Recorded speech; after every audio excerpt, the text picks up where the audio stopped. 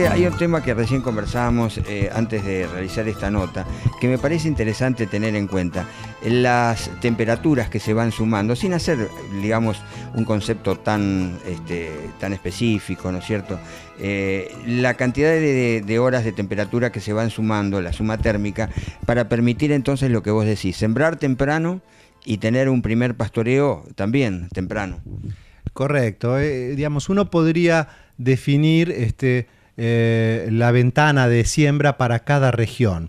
En general, las forrajeras templadas, que son las que nosotros usamos, tanto gramíneas como leguminosas, requieren sumar una cantidad de grados de temperatura para alcanzar un estado de desarrollo en el cual el crecimiento se hace muy rápido, se acelera.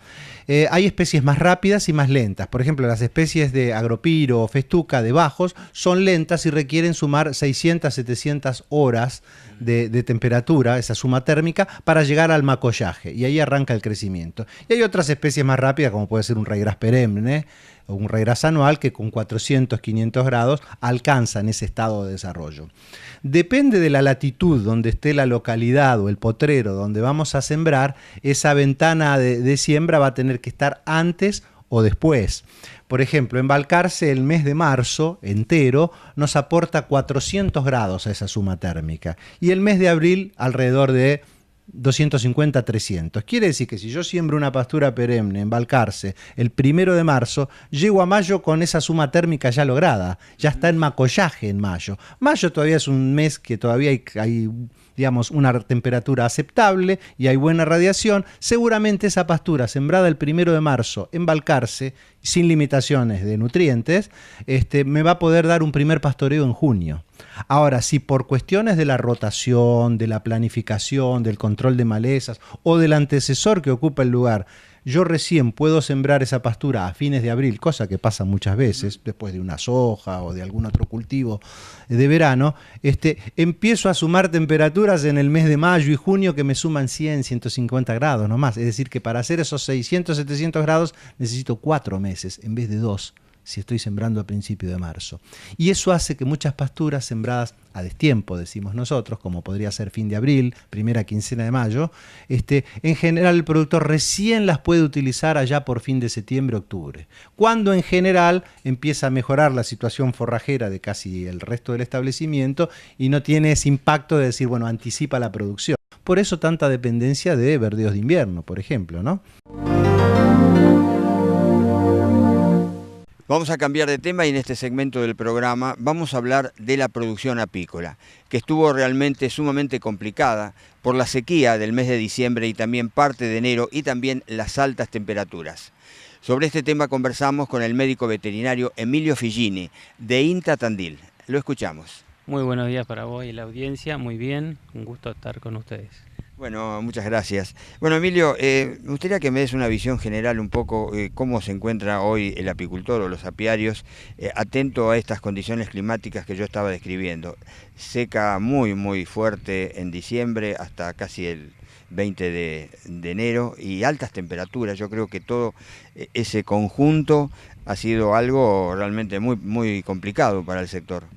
Sí, al igual que la agricultura, la apicultura se ve afectado, ¿no? Porque cuando las condiciones para las plantas no son óptimas, no hay producción de néctar, que es el insumo para hacer la miel. O sea que esto durante la segunda parte de enero restringió y deprimió un poco la entrada de néctar y el acopio de miel.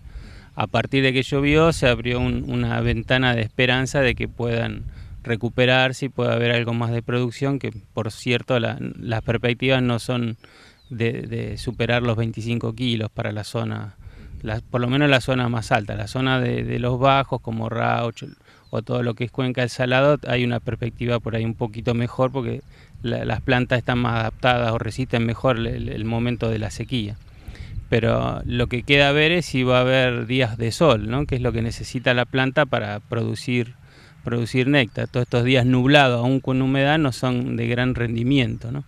O sea que lo que queda es la expectativa de lo que queda de febrero, que puedan mejorar la entrada. Emilio, lo que tiene que ver con las altas temperaturas, las abejas, habiendo estas temperaturas tan altas que tuvimos con térmicas de más de 40 grados, aún así y habiendo flores, ¿igual van a pecorear o se restringe todo lo que es la salida? En principio, primero afecta la secreción de néctar, que cuando es muy alta por estrés no hay secreción, es muy pobre, solamente muy temprano en la mañana o al atardecer. Y la colonia de abejas también siente la alta temperatura, se ve forzada a tener que ventilar permanentemente, y no en nuestra zona, pero sí más al norte del país ha habido problemas de derretimiento de colmenas por estas altas temperaturas, o sea que ha habido pérdida de colmenas más allá de la pérdida en los rendimientos específicamente.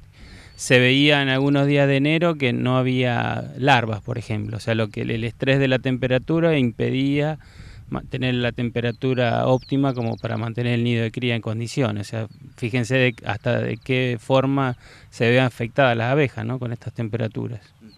Claro, se reduce entonces el número de abejas en las colmenas y por supuesto la entrada de néctar, porque no hay flores.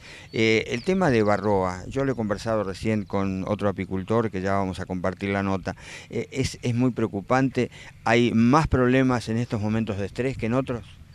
El problema de varroa es estacional, ¿no? En este momento que está finalizando el gran desarrollo de la colmena es cuando empieza a aumentar proporcionalmente la cantidad, la prevalencia de varroa, y es el momento en que hay que hacer el control para que las abejas tengan una invernada aceptable. O sea que no hay que irse de febrero, finales de febrero, primeros días de marzo para hacer el control en esta zona. Es uno de los principales factores que va a incidir en la fortaleza y el estado de las colmenas en la próxima primavera. El control de varroa, la bajada a cámara, el bloqueo de la cámara de cría, todas las cuestiones que tienen que ver con la nutrición en definitiva. Claro, digamos, este problema de la varroa es uno de los problemas, digamos, más importantes hoy del apicultor, digo, por lo que es el control y lo que es los productos que se utilizan. Sin duda que es el problema más importante, o sea, en lo referido al manejo de las colmenas, el problema más importante, que tiene que poner toda la energía en hacer un buen control de varroa en este momento y después monitorear por eventuales reinfestaciones que pueda haber. Es un tema clave, el tema del control de varroa y lo que tiene que ver con el bloqueo de la cámara de cría, esto de que al menos tiene que tener como guía la mitad de cuadros de miel de lo que tiene de población en una colmena. O sea, esa es la relación que tiene que mirar el apicultor.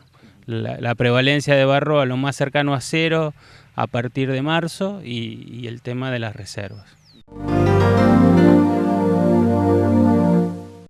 Hacemos una nueva pausa y ya volvemos.